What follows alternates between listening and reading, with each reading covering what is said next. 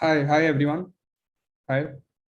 We'll just wait for 2 minutes. We'll just let people join in, and we'll start up with that.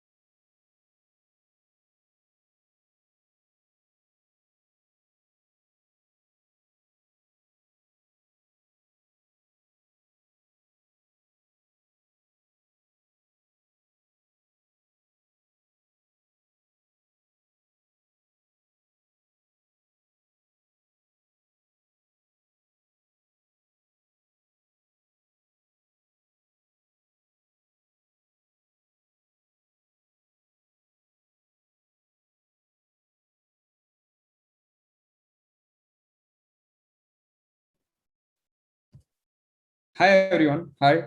Welcome. Thank you for joining in today. I would like to welcome everyone for the prize felicitation and masterclass event for the Financial Literacy Championship. We are thankful for all the students and all our participants for helping us make the championship a great success. We had an amazing response. We had almost 3,000 people participating in the event from across India and from various schools in India, almost 50 schools. And we had around 1,500 people actually take the quiz on 8th May. So I'd like to thank everybody. A big thank you for that. So I'll let Shiv introduce. We'll start with the masterclass for today. I'll let Shiv introduce our speaker. So Shiv, please go ahead.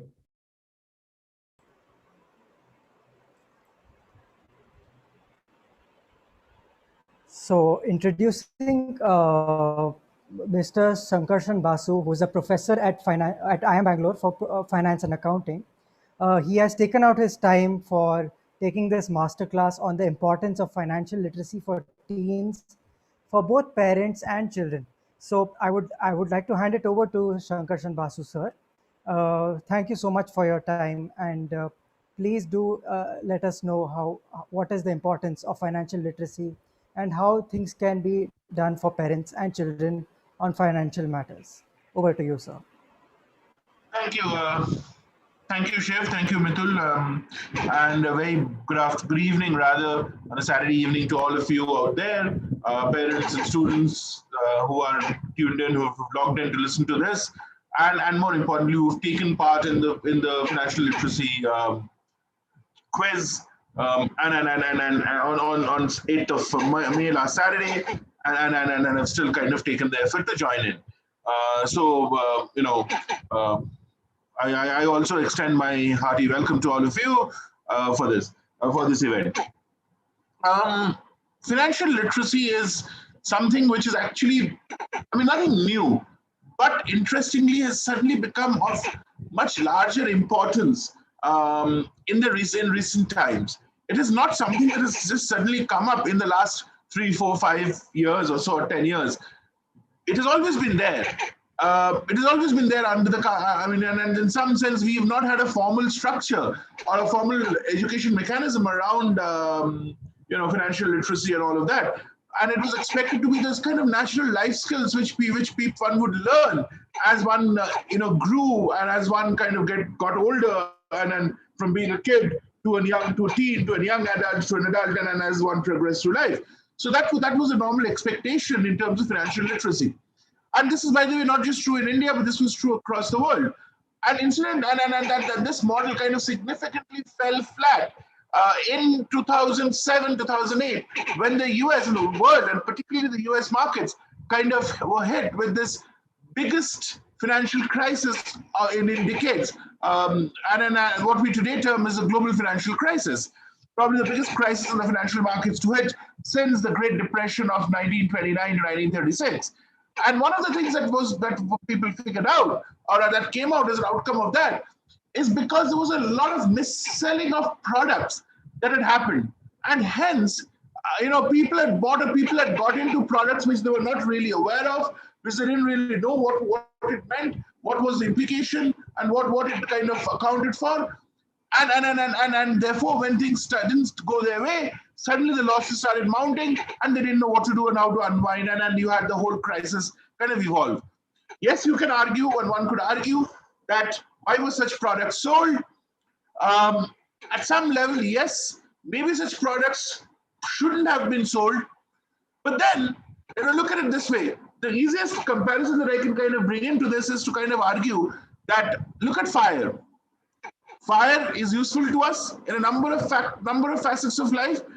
In some sense, we cannot do without the heat fire generates, and therefore we cannot do without fire. Fire at the same time, it's a very, very dangerous proposition. And just because there are dangerous propositions, and there are dangers lurking around there, can we say that we'll ensure a world which is free of fire and heat? And the answer is obviously not. So in a sense, it is also imperative on the users to kind of understand the implication of this argument, or of using a product, of making use of a product that exists, and therefore kind of take the positive part, but also be careful as to where to stop. So as in a simple example, in a fire example, if I need to touch something hot, or if I need to kind of put something on the fire, I would obviously use a pair of tongs or some fire-resistant material or something to do that. So essentially, what am I doing? I'm kind of protecting myself against the problem that the fire could kind of burn me out. The story is the same, and the analogy extends to the same model in the context of financial literacy. Every financial product has, and in the world of finance, like everything else, there is always a certain good thing that can happen, and there's something which is not so good or not favorable to you, as one would argue. And the point is to kind of say, do I understand what is useful to me, or do I just jump into it because everybody else is jumping into it? The ability to understand, the ability to know what I'm doing in the context of finance and very basic products in finance is what is the basis of financial literacy. We all know that there is money. It is nothing new. So we all know what money is and what money does and stuff like that. But the question is that how do I also protect myself for the future? And how do I kind of take this, and save for the future? And what kind of avenues should I kind of use to save for the future becomes the most important thing. The other thing that comes in is how much is the value of this money that I have, and how much is the value of the money that I save, and how much is the value of money that I would need in the future. And the ability to understand that is kind of is what one would argue is more of the is in the context of financial literacy. Or somebody who does that could be argued to be at least financially literate. Just having money is not necessarily financial literacy or financially literate. And therefore, the need to have that is essentially the whole argument of financial literacy. Now, if you think of it, why has this become suddenly so important, and why are we talking about it? The reason it's become important as we move is because of a whole societal change that has happened in across the world, and in India in more particular, in more greater detail. If you go back about 20, 30, well, actually a little more. If you go back about 50 odd years, there would be essentially a joint family system. In most of India still operated on a joint family system. And most of importantly, there would be an elderly person who would basically take care of the finances. The younger ones would kind of not really be directly involved in the financial planning and all of it. And not everybody would essentially get into it. And people would learn.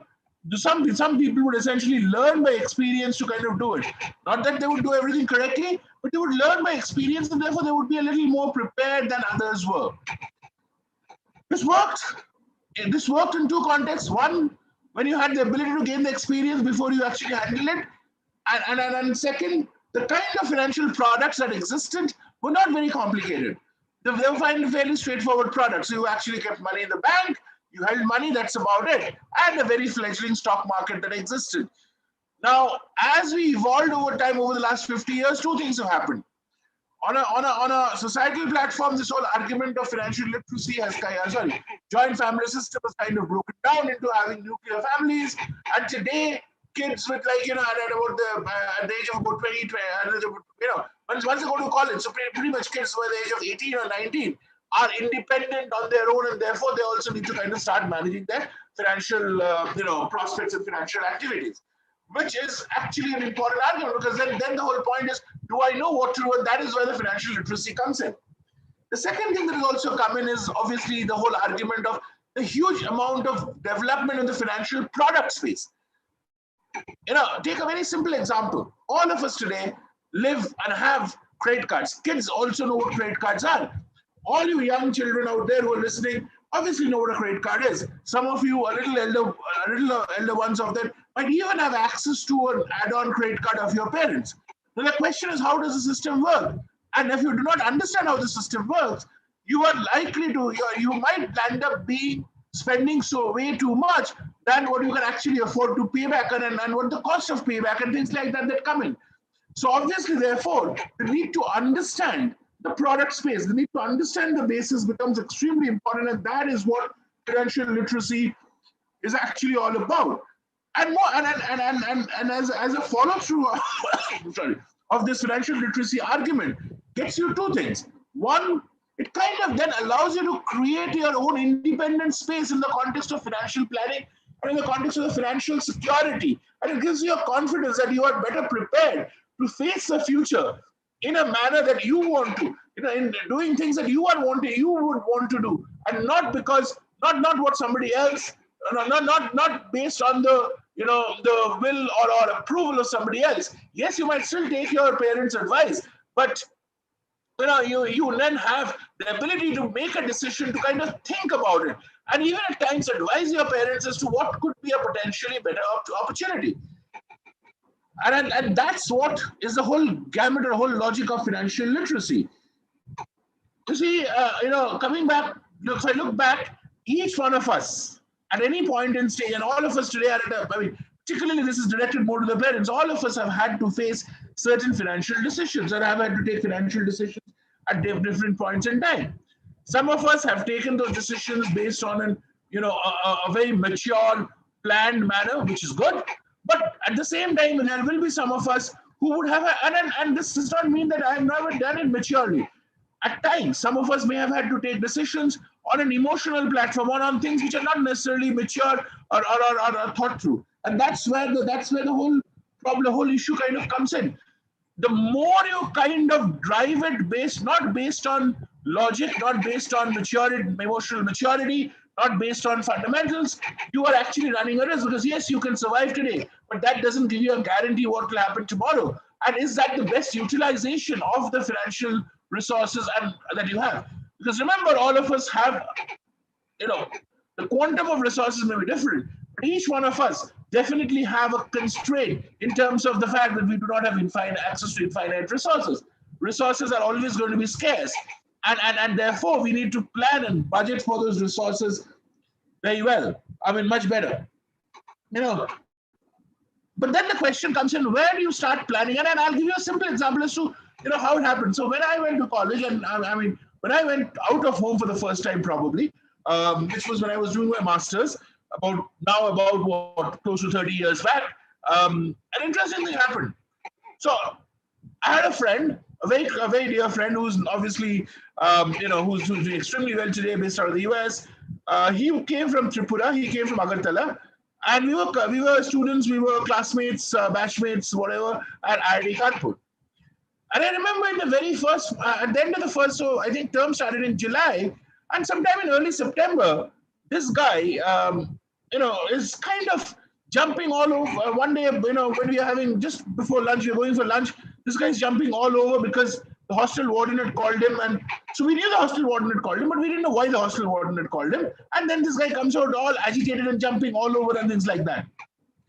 So anyway, we calm him down and ask him, what's the problem? He says, look, term started end of July, so the first month's bill for the mess and hostel bills had to be paid in end of August, early September, which he promptly did. And those days there was no online transfer and all that, so he promptly signed the check. He promptly gave the hostel office a check in the favor of whatever, and with whatever amount of money that existed, that was needed to be there. But the hostel warden called him, and after a few days after that, the hostel warden called him and said, "You have not paid it," and gave him back the check and blasted him. And this guy was furious because he then pulled out his passbook and he says that, "Look, my father has put in the money, given me the DD, I have deposited it, I have the money in the account, and all of this." And then we started looking at what happened, and there were some seniors also. Some of us knew a little more, so we were looking at it, and then we realized that this guy had done everything correctly, except he did not know, except that he did not sign the check. So he'd written to whom it had to be paid, the amount to be paid, because those were clearly specified. The fact that at the bottom of the check you also have to sign was not specified anywhere. And this guy did not know. And then when we told him, "Why haven't you signed it?" He said, "Where does it say I have to sign it?" This guy did not know that the check is actually a useless piece of paper unless you sign it also. Or the signature is one of the most important things of that check. And that was the level of financial literacy among some of us at that point. Obviously, we've all moved forward. We've learned through our mistakes. We are doing better today. But the question is that we need to understand some of these things to be able to avoid some of these challenges and some of these mistakes that kind of come in. The other important thing that kind of comes in that process is also the ability to budget. Some of us, actually, there are three possibilities that can happen. And two of those possibilities are not particular, are okay, but if you're not budgeted, it's not a great idea. The three possibilities are you spend very little, and therefore you land up saving a lot of it, but you don't know what to do with the savings. The second, which in my opinion is the best possible model, that you not only spend, you also budget your saving, and the entire thing is budgeted together and you follow the budget. And the third is you don't budget, you basically spend whatever you have or you overspend, even at the cost of your savings or your future savings or something, and therefore you kind of land up losing a lot of money. You may be able to spend then, but tomorrow when you need the money, you're really stuck, and you really realize that you spent money on aspects that you didn't need to. So the need to budget is one of the most fundamental requirements. And when we say budget, it is not just, please remember that it is not just budgeting for today's expenditure. Yes, budgeting for today's expenditure is very, very important. But what is also important, which then links you up to the savings argument, the next part of it, is what will be your expenditure in the future, and how much do you think you should be saving from today to kind of take care of your future expenditure. This obviously requires practice, this requires experience and all of it. But it's always a good proposition to start early, because what you need to do therefore is to somehow project what should be your future expenditures like. What do you want to do in the future? Where would you spend? What kind of money would that require? Second, then how much can you save today? And then how much and how can you then how can you save? But how much can you save today? So that's the second part. Once you've identified this and you've kind of taken that amount out of the current income or current amount that you have, you are then moving on to the logic of, which is the savings part. How do I save? And here is essentially the point that I was making when I started off, which is the whole argument of the product, the kind of product that you would save in. So should I keep my money in the bank? Should I go and invest money in the stock market? Should I go and invest money somewhere else? Some of us, particularly a little elderly people, would argue, let's go and buy gold. But the question is, we also have to look at we have to make an appropriate choice in terms of where we invest. And we need to therefore understand some of these products a little better. And two things that one needs to kind of look at in terms of, obviously one could kind of go on and on talking about this in detail, and we do that in our investment classes and all that. But at this point, just to kind of give you a very brief overview, two very important things that you should kind of consider when you're looking at a product through which you're going to save. One, how much return is this offering you? And is this return more than what is the inflation, which is the average price rise in the market for a given period? Because if your return is less than the inflation, then even though you are given a return, you will not be able to buy the product in the future, because the price of the product would have risen faster than the amount of money that you have invested, that you have earned after investment. So one is rate of return, and the higher the rate of return, the better it is for you. But the higher the rate of return also involves a higher risk-taking ability, or a requirement to take a higher risk. And here comes in your subjectivity. And therefore, you also need to temper it with the amount of risk you could take. What do I mean by that? Somebody could afford to lose 100 rupees. Somebody could afford to lose 1,000 rupees. So what is your threshold? And therefore, you fix that first before you kind of decide where you want to invest it. So you should first have an idea as to what is your risk level. And in a very simple way of defining that, that would equate to saying, what is the maximum amount that you could afford to lose? And therefore, based on that, you should decide on where you could invest. But there's another important thing that you should keep in mind, and I know I don't have too much of time, but let me just take another couple of minutes to finish this. Another important thing that you need to kind of have a very, very clear understanding of is how liquid is your investments, or how liquid is your savings. What do I mean by that? What I mean by that is how quickly can you turn your savings, which may not be in cash form, maybe in other asset forms. So maybe you've invested in buying a house, maybe you've invested in buying land, maybe you've invested in buying gold, maybe you've invested in buying shares. How quickly can you sell them down in the market and realize cash? Because most of the times your cash requirement is what will drive you. And therefore you need to be able to have a liquid investment. You might have very high returns, but the ability to convert it to liquid cash may take you 1 year. Now the question is, will you survive for 1 year? Therefore, I may actually be okay to taking lesser returns, but having a higher liquidity in this whole space. Okay, one or two other small points I would like to mention before I kind of wind up. In terms of financial literacy, one of the things that one also has to understand and look at, financial planning more importantly, is this is a life cycle. When a 10-year-old kid has a different kind of requirement than a 80-year-old or a 70-year-old individual.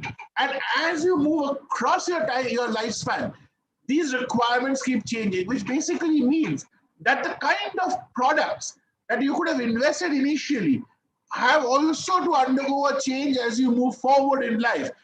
And the reason is very simple.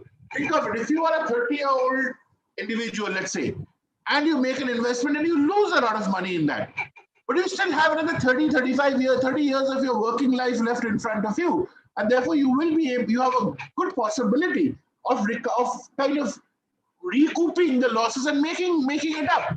However, if you are at the age of 70 and therefore you suffer a huge loss, you really don't have the ability to recover that loss and recoup that loss going forward. And that's where the challenge kind of lies. And that's why I said that it's a life cycle product and you need to kind of keep on tracking this. Now, what should you be aware of in terms of, just quickly, what should you be aware of in terms of financial products today? Obviously, one should be clearly understanding, apart from this literacy, apart from liquidity and risk and return, so the basic products that one should understand, and I would strongly recommend that some of you do look at it, is how does a bank perform? What does a bank do? It's not a black hole. There's a way the bank operates, and why does the bank exist? So the banking operation, and I'm not saying you need to understand the nitty-gritty details, but broadly, what should a bank do? And how does it save you? Because, I'm sure some of you, a little senior of you guys would have read that, there is the insurance limit in the bank has been raised from 1 lakh to 5 lakhs. What does it mean? In simple terms, it means that only deposits up to 5 lakhs at best are covered in the event of a bank failure. Now, can a bank fail? So I think these are some of the things that one should kind of try to understand. As we move forward, we've had more complicated financial products. So we've had, obviously, all these credit cards. Obviously, we had checks, and we have debit cards, ATMs, debit cards. We've moved on to credit cards. Today, we've moved on to digital banking and electronic banking. And I think it's very important to understand what these do and how these are operated and what kind of issues that can come in. And in that context, what kind of risks can arise. So the banks keep on telling us, do not share your OTP, do not share your PIN with anybody on your cards, do not share your password with anybody. Equally applies out here as well, right? There's also this whole argument of, from a bank's perspective, what is called as a KYC, and it's a responsibility of individuals to update those KYC on a regular basis, so that there is a trail that can, so in the event something happens, there's a trail that can be created, and therefore you are safeguarded a lot more. So I think that's some of the things that you should be looking at. People should also be looking, a lot of you should also be looking at other kinds of investments, particularly as relatively younger people. And in India, it's a fairly common process that at festivals, birthdays, or even when elder people come home, Many times they gift younger kids and children and grandchildren some money. What do you do with that money? Well, you can go and spend it, but you may not always have the ability to, you may not need to spend it all the time. So maybe you should kind of invest it and invest. And then today, since you don't need the money, you may invest it in assets which will get locked, which will be locked in, may give you returns after 5 years, but give you very high rates of return. So you should kind of think of probably things like the national savings certificates, which are nothing but bond instruments. You invest it today, and after, let's say, 5 years or 7 years, it will double your money and things like that. Or what is called as a PPF, the Public Provident Fund account, which can be run for 15 years and then extended every 5 years. And then and once you start working, you can even get tax exemptions and tax benefits out of that. So you can kind of look at that because those are high return. And then a lot of parents, by the way, do this for their children. The reason why they do that is because these are high return earning instruments. At the same time, they're relatively safe because they're government backed. And I'm not saying they're absolutely safe. I'm saying they're relatively safe. Plus, they have future tax benefits that can kind of come in, which could be enjoyed today by parents and in the future by the individual concerned. So I think those are kind of products that one should kind of be looking at. A lot of you fairly soon will go into buying houses. You should be very careful about what kind of loans you are taking.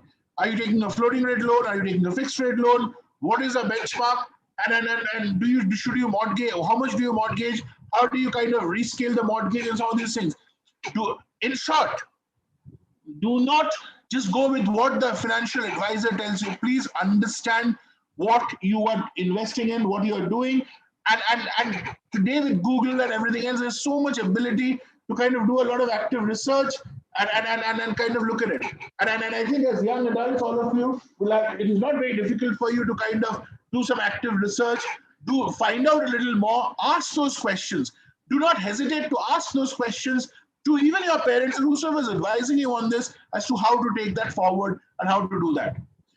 I will end this by saying what Warren Buffett always says. He says that in the context of option derivatives, but I'm sure most of you have heard of Warren Buffett, one of the greatest investors, owner of Berkshire Hathaway, over the years. Two things he says. He's about 85, 86 now, and he's made most of his money in the last 20 years of his life. But he started investment as young as when he was about 15 or 16. And effectively, the compounded effect or the rollover of his investments over the 60 odd years is brought him to where he has come today. So what you realize is when you start multiplying, suddenly the base increases much faster. And therefore, what is called the compounding effect comes in, and you actually have a much larger benefit as you go forward. And that's exactly what Warren Buffett benefited from. And he strongly advises everybody to kind of do that. Let's start early, hold on for a long time, and you will reap the benefits as you go forward. So please, I would request all of you to kind of look at that, and that's a good model to look at. The second thing that he also says is probably more important, and that's literally my last statement. Do not do something that you do not understand. Do not invest in something that you do not understand. Please make sure that you understand. What does it mean for you? What it means for all of you is, please do enough research. Please go and search on the net. Please ask people. Please ask people who know a little more. Please ask those probing questions. However stupid or however ignorant it might make you seem, but please ask those questions to kind of get more information about what is happening, how is the investments being done. Because unless you know what you're doing, what you're investing in, you would not be able to make a correct decision. Will this always result in a correct decision? The answer is no, it will not. But it will make sure you have a structured mechanism of going forward, of being more financially literate and financially stable and confident and independent as you go forward. All of us will make mistakes. All of us have made mistakes, and we'll make mistakes going forward. But the question that we always have to take, or the learning that we have to take forward is, what do we learn from those mistakes and how do we correct as we go forward so that we do not repeat the same mistake over and over again? And that is what financial literacy kind of teaches you, that, what are the basics, what are the fundamentals, how do you go about it, how do you track what's happening, how do you, understand the issues that have come about, including some problems or mistakes that may have happened, and how do you course correct? And that is what will really lead to a more stable, independent, confident you in terms of finances. That's been like just about a 20-25 minute snapshot of what financial literacy could be. I'm sure a lot of you are interested in taking the quiz, and I strongly recommend and suggest that you guys go ahead and read more. There are a lot of material available in the net, on books and all of it, and understand that. And with all due respect, yes, be polite, but also question your parents as to what's happening in terms of some of the investments that they do, so that you have a better understanding of why they did that, and what is the outcome and all of that. Don't think that it is not something for you to understand. And also to all of you parents out there, please take the time to explain to your kids as to what you're doing, why you're doing, because they would then appreciate it better. Thank you. Thank you so much, sir. Thank you for taking your time out and helping us and the audience, the parents and the participants, children, understand the importance of financial literacy. And we completely agree. Financial literacy is a very important topic. It's a life skill that everyone should have, and absolutely everybody should learn about. Thank you so much. So yes, Shiv, you can go to the next slide.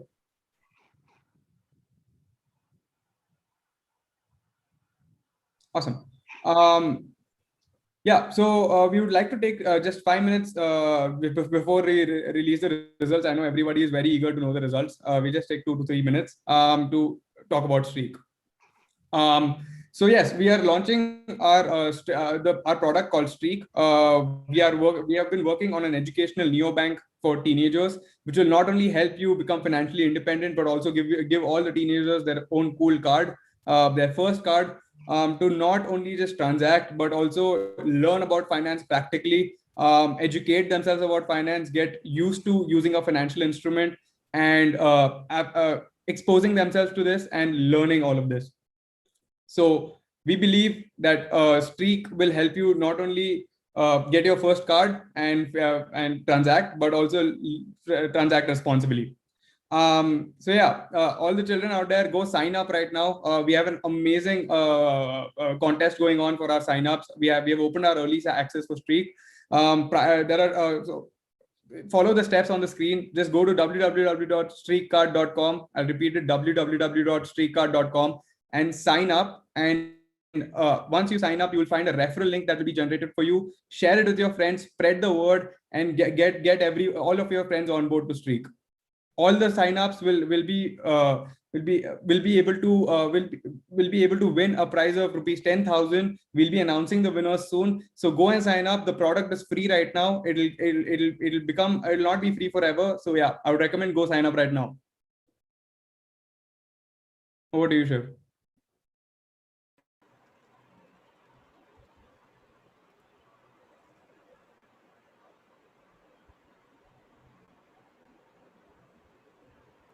So I'm sure all of you are waiting for the results very eagerly, and I wouldn't want to keep you guys waiting any longer. So with that being said, let's announce the result for grades 6 to 9, third position.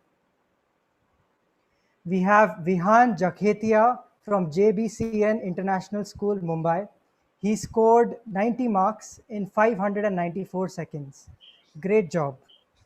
The second place is Sanvi Khurana from Springdale School, Dholakua in New Delhi. She scored 90 marks too in 488 seconds. Very good job with that too. Now coming to the first position, it is Shreya Zerdi from the Bishop School, Pune. He scored 90 marks in 439 seconds. This is amazing, and a good job to you too. Now for the scores, for the winners of the 10 to 12 grades, I would be announcing the results now. In the third position, we have Ansh Gupta from St. Columba School, New Delhi. He has scored 90 marks in 610 seconds. Very good job and congratulations. Keep up your good work. In the second position, we have Vagisha from NK Bagrodia Public School, New Delhi. She has scored 90 marks in 307 seconds. Congratulations to you. And in the first position, we have Hashvi P. Shah with 95 marks and 493 seconds. from SNV International School, Nadiad. Congratulations and good job. Congratulations, everyone. You have done an amazing job by participating and winning. And to all the people who had participated for the event, and if you don't see your names here, don't worry.